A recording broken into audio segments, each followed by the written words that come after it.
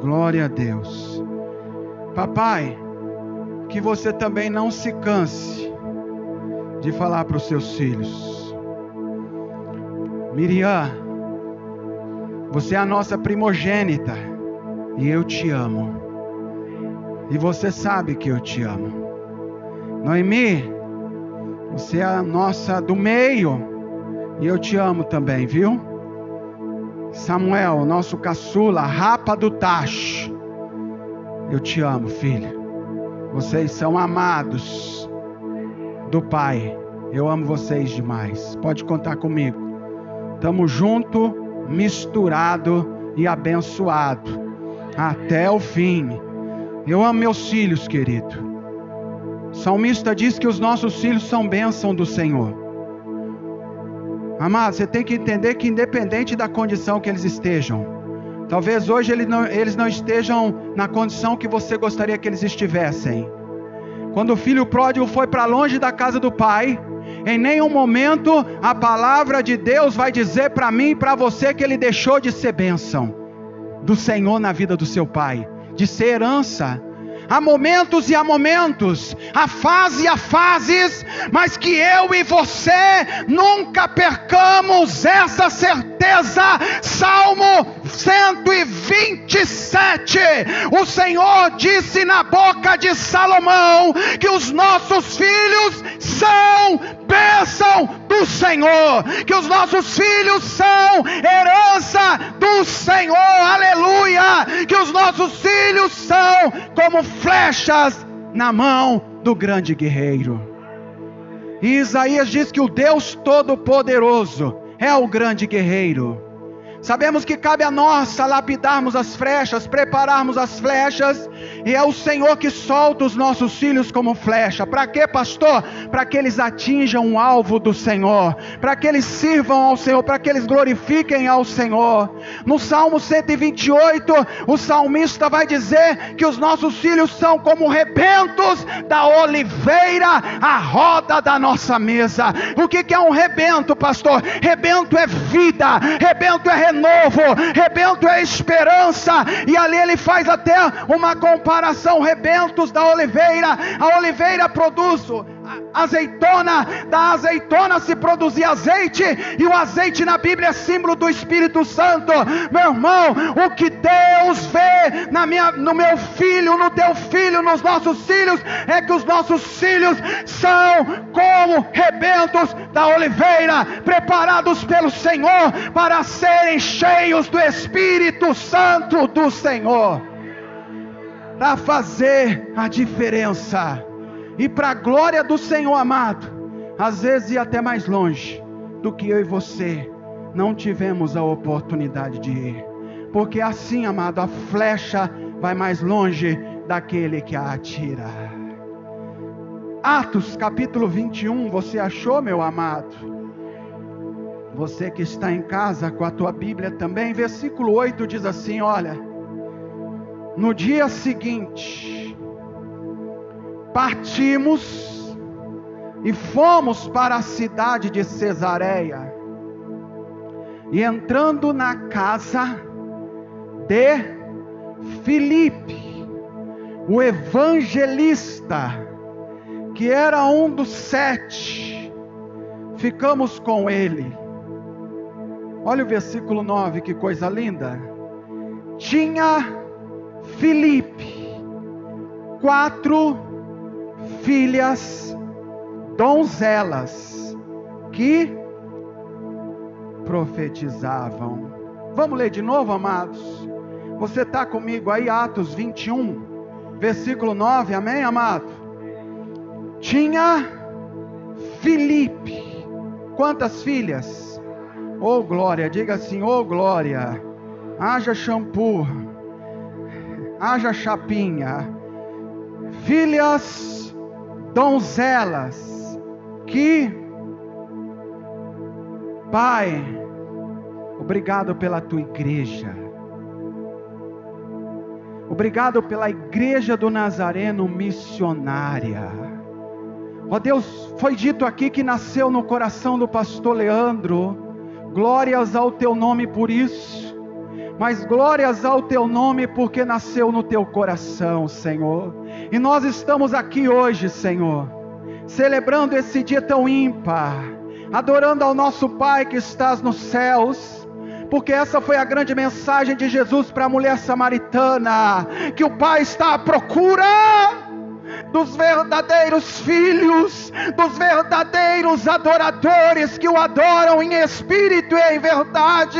E obrigado, Senhor, ó Deus, que a tua luz nos ache aqui nesse lugar hoje de manhã, a despeito das circunstâncias, a despeito do que temos, a despeito dos nossos mais, ó Deus, maiores desejos que temos, a despeito de muitos desejos que temos, Pai, de realizações, que nós possamos ser encontrados nessa manhã como verdadeiros adoradores, que te adoram em espírito e em verdade, independente da circunstância. Senhor, nós não te adoramos pelo que o Senhor nos dá, nós não te adoramos apenas pelo que tu fazes por nós, mas nós te adoramos pelo que o Senhor é. E o Senhor é bom, o seu amor e a sua misericórdia duram para sempre. Senhor, como João Batista orou, como ele declarou, Senhor, é a minha oração hoje de manhã, que o Senhor cresça, Deus. O Senhor sabes o friozinho que tem estado aqui desde ontem à noite na minha barriga, ou melhor, a semana inteira, Pai, desde segunda-feira, quando o pastor Leandro me mandou a mensagem, Pai, um frio ininterrupto, Senhor, mas um desejo grande de ser instrumento nas tuas mãos para a glória do teu nome. É assim que eu oro e te agradeço em nome de Jesus. Amém. Você pode se assentar. Me perdoe por ter feito você ficar bastante tempo em pé. Dezembro do ano retrasado, eu tive a oportunidade de levar minha mãe para Pernambuco, lá para o sertão de Pernambuco, para ela reencontrar uma irmã dela, que ela não encontrava há mais de 30 anos. E nós fomos embarcar aqui em Guarulhos, porque era mais barato, e nós estávamos ali naquela fila do embarque, e eu passei na frente, né, mas aquele ímpeto de querer chegar logo no avião, minha mãe veio logo atrás, e daqui a pouco, na hora que aquela mulher da Polícia Federal foi passar aquele detector de metais, começou a apitar, disparar, piu, piu, piu, piu, mais ou menos assim que faz, né, piu, piu, piu, piu, piu, piu, piu, piu. Daí eu já voltei para ver o que estava acontecendo. Daí ela me perguntou alguma coisa lá, eu não soube dizer. Ela até depois falou para mim: mas como é que você não sabe que sua mãe tem prótese no joelho? E era a prótese no joelho da minha mãe que tinha feito o detector de metais disparar. Querido, quando eu li esse texto, esses 2 versículos aqui, pela primeira vez, algo também disparou dentro do meu coração. Piu, piu, piu, piu, piu. Alguma coisa muito poderosa, querido, está aqui nesses 2 versículos de Atos dos Apóstolos, capítulo 21, versículo 8. Esse texto aqui nos fala de um pai abençoado. Pensa em um pai abençoado. Pensa em um pai feliz. Pensa em um pai realizado. Pensa em um pai vitorioso. Pensa em um pai orgulhoso no bom sentido. Em olhar para os seus filhos e ver a graça de Deus, ver o favor de Deus, ver a bênção de Deus na vida dos seus filhos.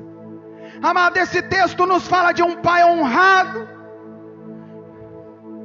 Querido, há nem um outro pai do Novo Testamento, a Bíblia vai fazer menção da forma que ela fez aqui da vida de Filipe.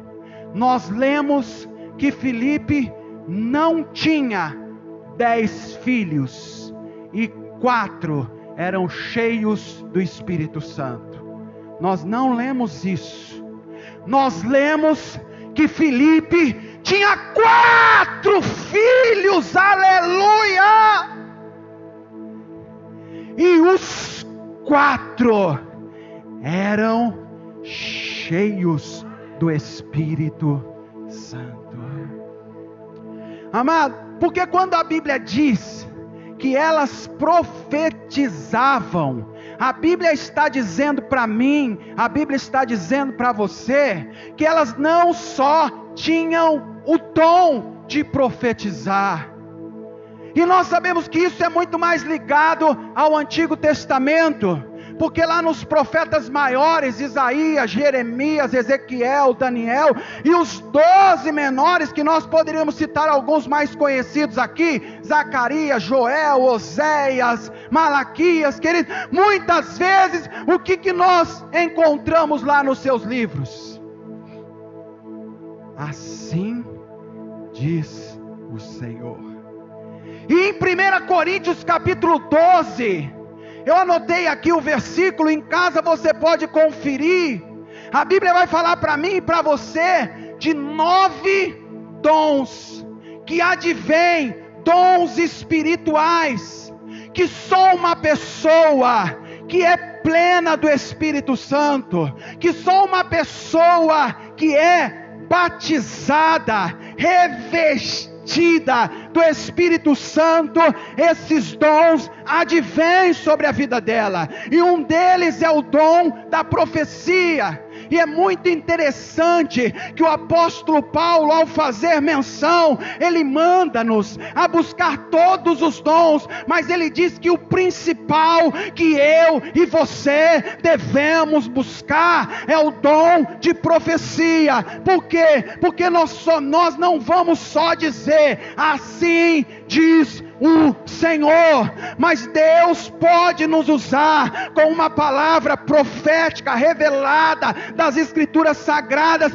que vai ser como uma flecha flamejante no coração de quem a receber. Então o dom da profecia tem essas duas conotações.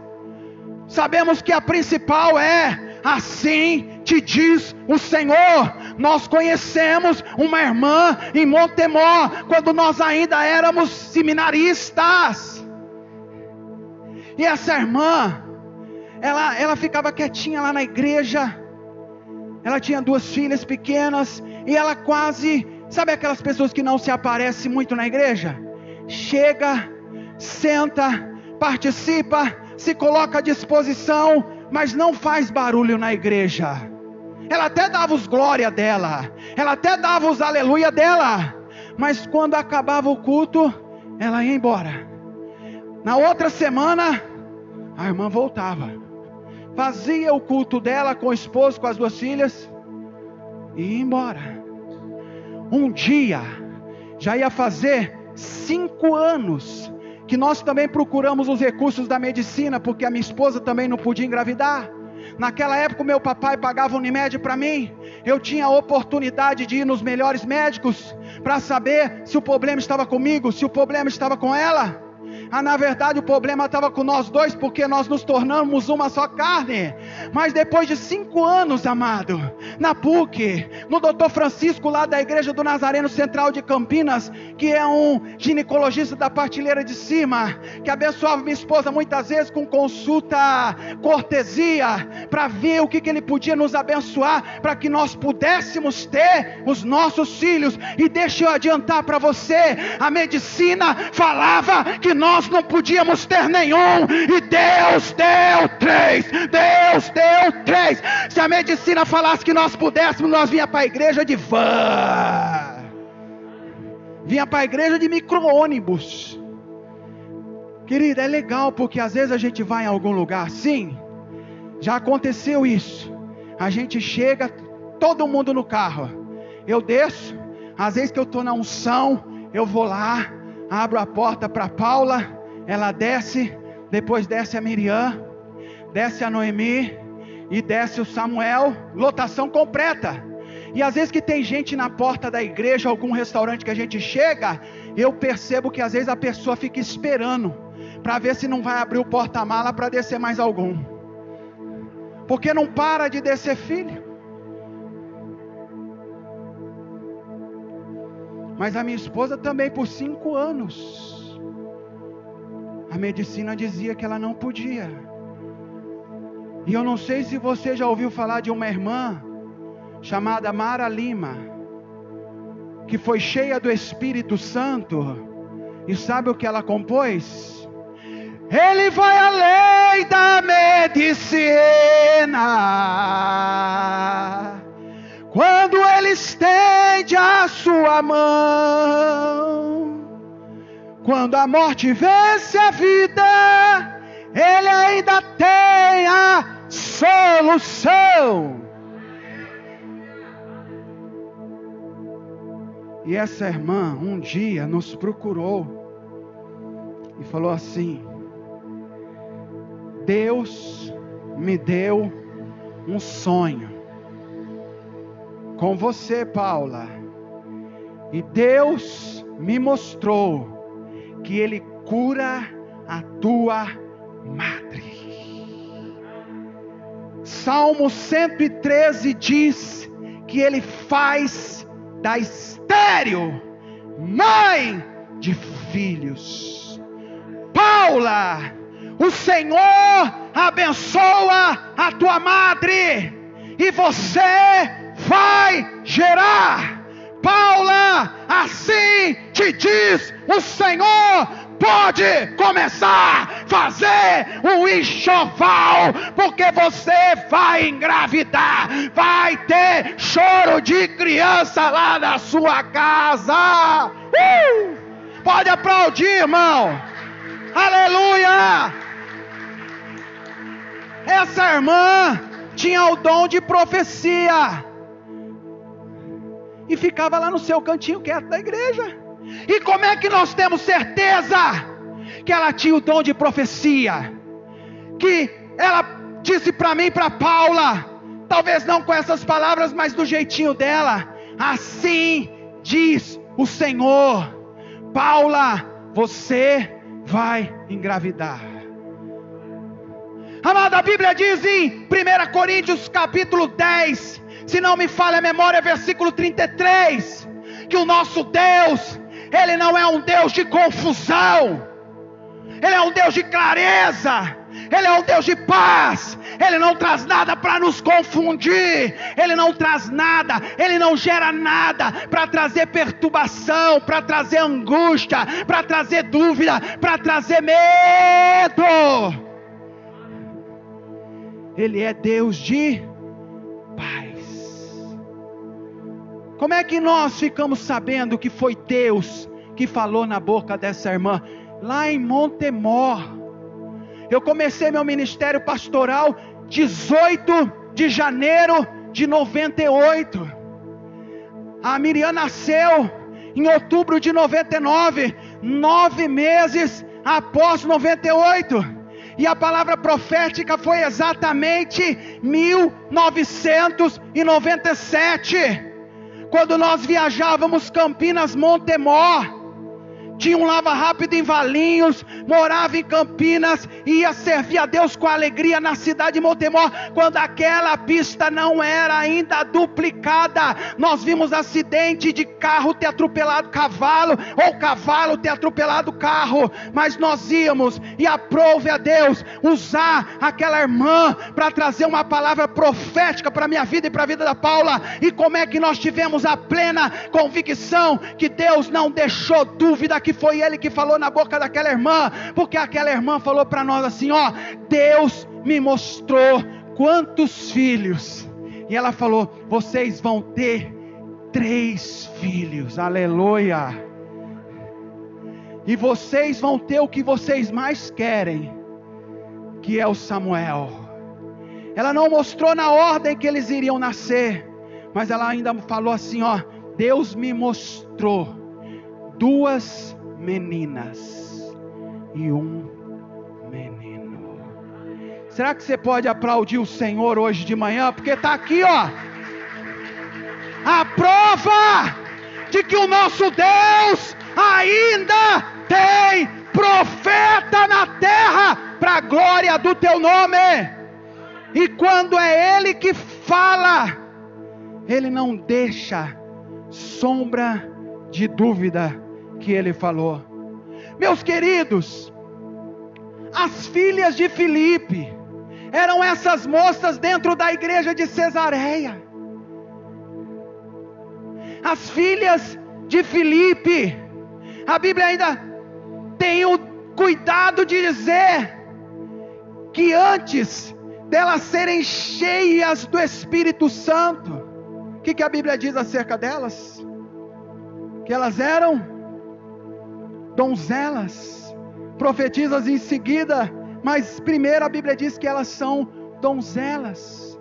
A Bíblia está fazendo menção ao caráter dessas meninas, dessas jovens, dessas adolescentes. Nós não sabemos exatamente a idade delas, mas nós sabemos que a Bíblia está apontando para a virgindade.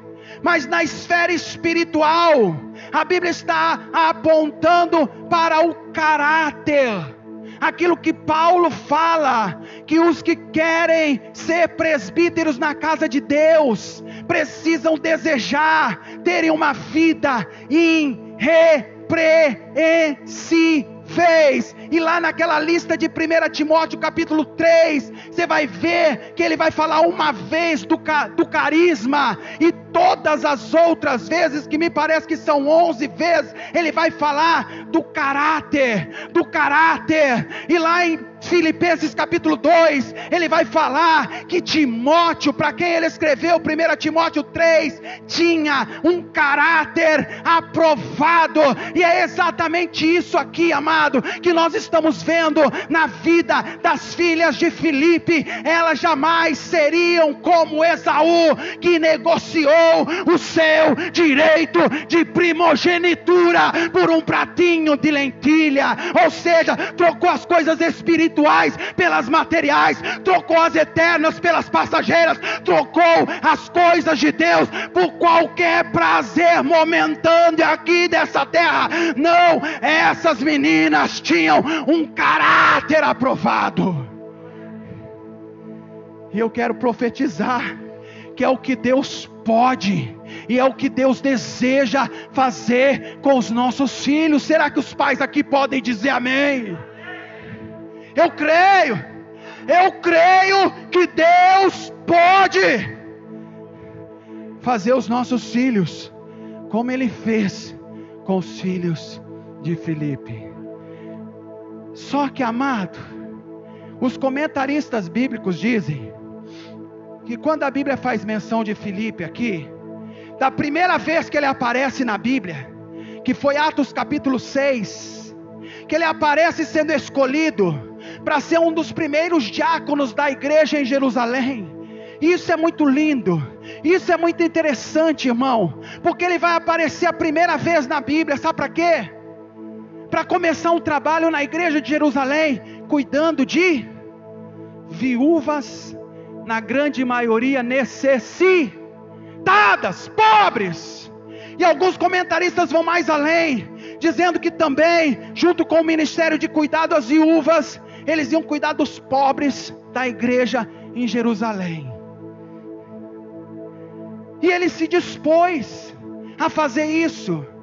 E ali, irmão, ele vai se dedicar, ele vai fazer o seu melhor. E daqui a pouquinho talvez eu vou repetir de novo, mas eu e você não podemos jamais nos esquecer que Jesus disse: seja fiel no pouco, no pequeno, porque sobre o muito eu te colocarei.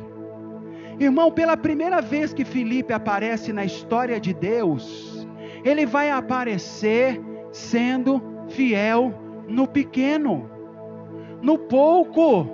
Mas nós vamos ver que logo em seguida, no capítulo 8, ele vai ser, por causa da perseguição que acontece ali na vida de Estevão, na igreja, todos da igreja de Jerusalém vão ser dispersos para muitos lugares, mas alguns foi para Samaria, e você vai ver Deus usar Filipe em Samaria, no capítulo 8, versículo 4, de uma forma poderosíssima. A Bíblia diz que os demônios saíam das suas vítimas gritando.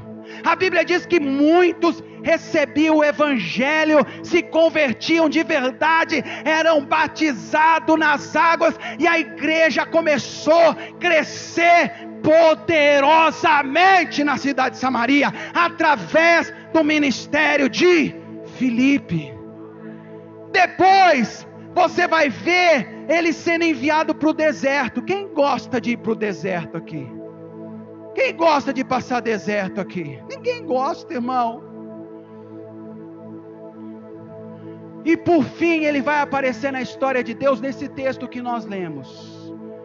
E os comentaristas bíblicos, todos eles, são unânimes em fazerem uma afirmação. De Atos 6 a Atos 21, Filipe percorreu uma jornada, uma trajetória, uma caminhada que durou pelo menos 20 anos. O meu filho caçula e a minha filha do meio ainda não tem 20 anos.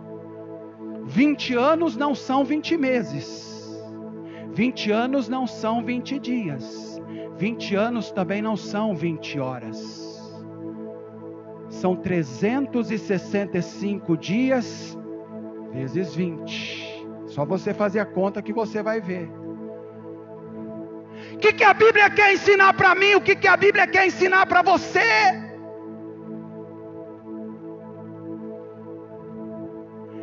Que Deus é um Deus de processo. Que durante 20 anos, Filipe semeou as suas melhores sementes em todas as ocasiões e oportunidades que ele teve na sua vida, na sua história, na sua jornada. Meu irmão, eu preciso falar para você: se você não está satisfeito com o que você está colhendo hoje, pelo amor de Deus, você precisa avaliar o que você está plantando. Porque tem muita gente que não gosta do que está colhendo, mas não para refletir no que está plantando. Se você não mudar a sua plantação, o ano que vem você vai ter a mesma colheita. Você vai ter a mesma colheita. Se você quer uma colheita diferente, em nome de Jesus, você precisa começar a mudar a sua plantação. Você pode aplaudir o Senhor? Pode. Aplauda mesmo! Aplauda mesmo!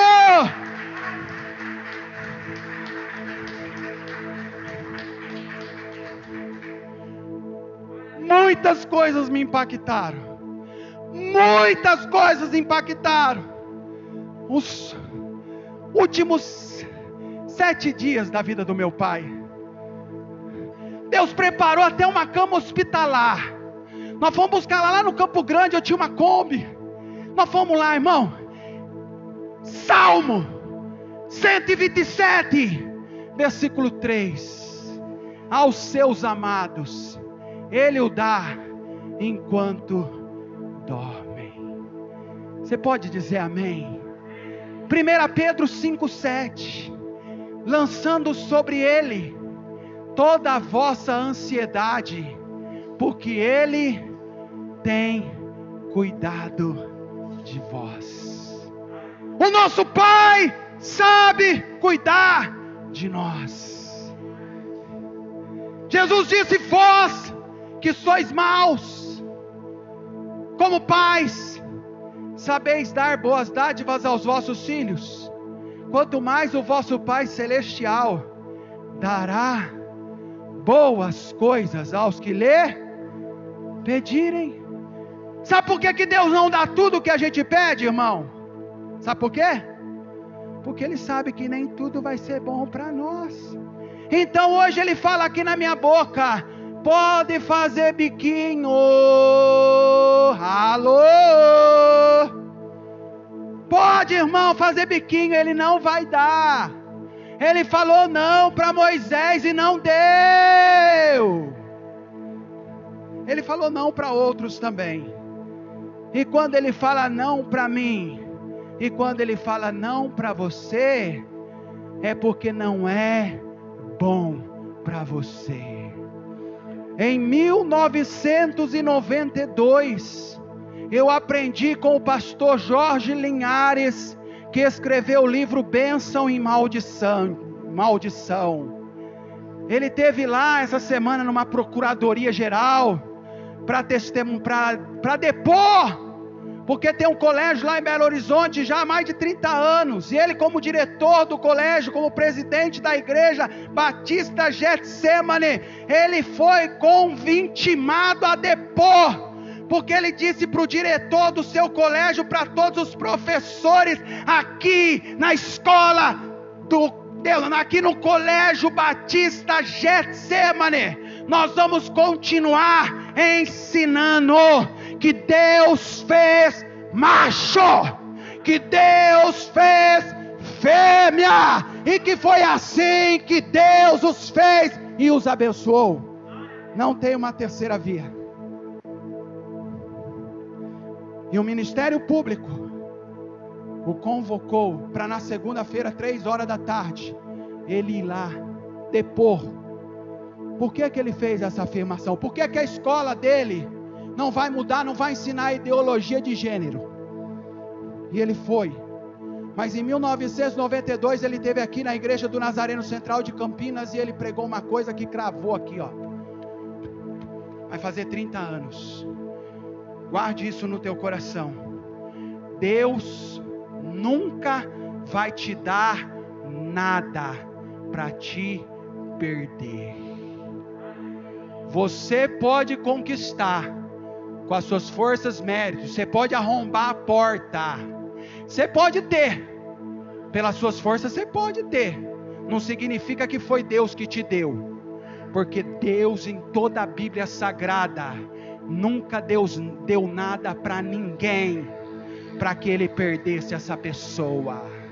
Então por isso que Deus não nos dá tudo, porque Ele sabe que se Ele nos der alguma coisa que nós não estivermos preparados para receber, pode nos roubar da sua presença, pode nos custar a comunhão com Ele, pode nos custar aquilo que está em Romanos 6:23, destituídos fomos da glória de Deus. Eu acho que é Romanos 3:16 ou 13, uma coisa assim.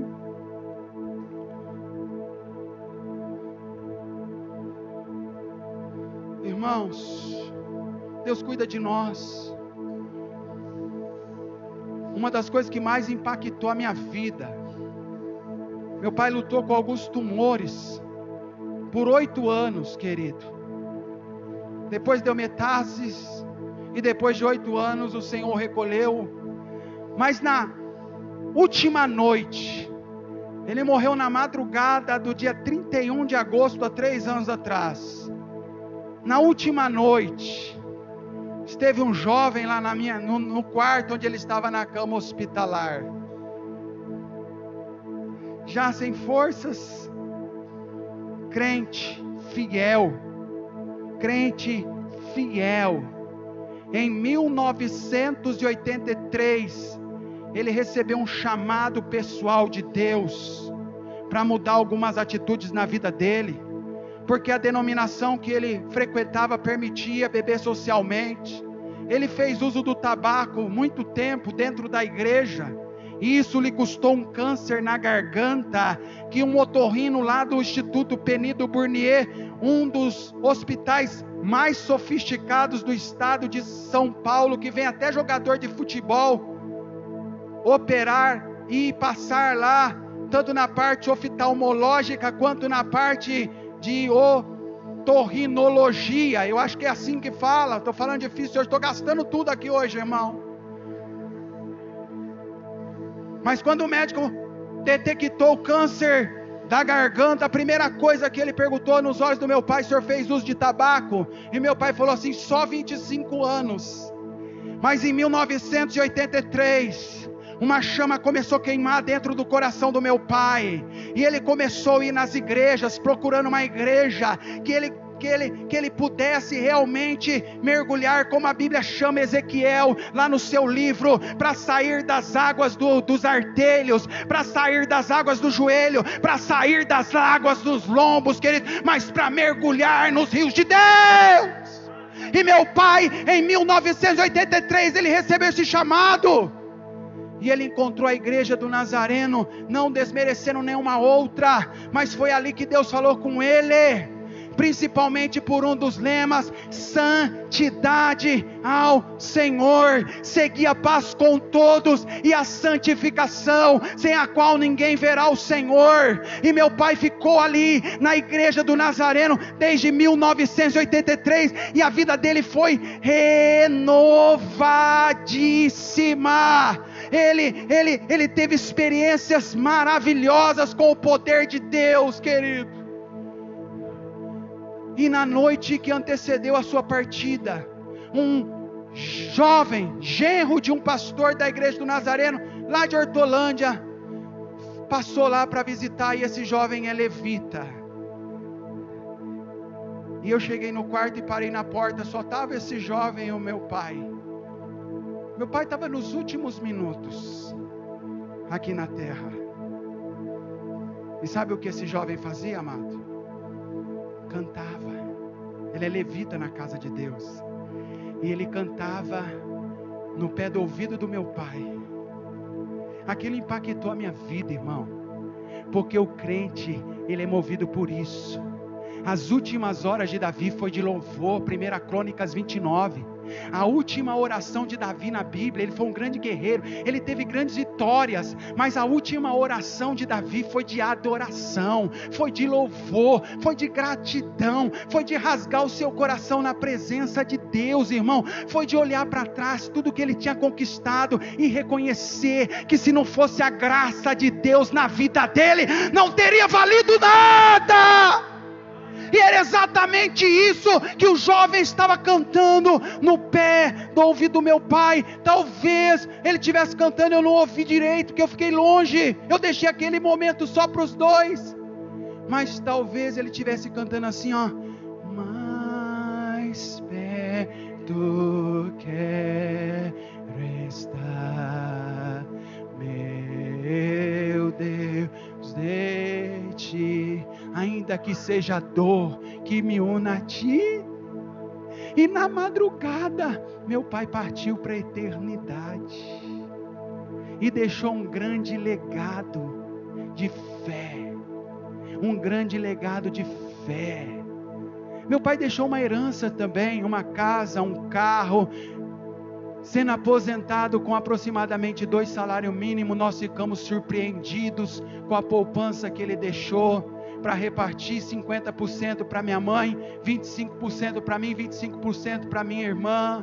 Foi uma grande surpresa, porque eles pagavam quase 50% da aposentadoria de plano médico de Unimed, e ainda assim ele conseguiu deixar uma pequena poupança. Eu vou concluir a minha mensagem, amado, falando de pelo menos de 3 a 4 sementes que nós vamos ver na vida de Filipe que ele semeou. E o texto que nós lemos mostra qual foi a sua colheita. Meu irmão, a família dele foi a sua grande colheita. Os seus filhos na igreja de Cesareia foi a sua grande colheita. Deixa eu te dizer, meu amado, vale a pena você semear a sua melhor semente.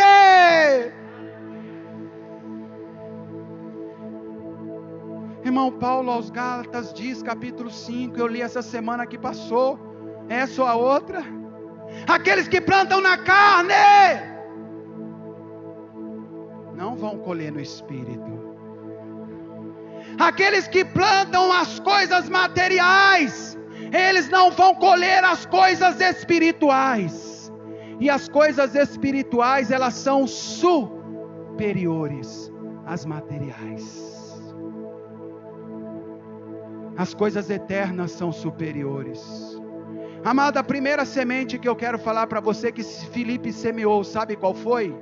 A semente do compromisso. Está lá em Atos 6. Um compromisso com a igreja, amado. Mas um compromisso sobre todas as coisas com o Senhor Jesus Cristo. Amém, amado? Amém? Sabe o que Hebreus 12:2 diz? Diz assim, ó: olhando firmemente para o autor e consumador da sua fé.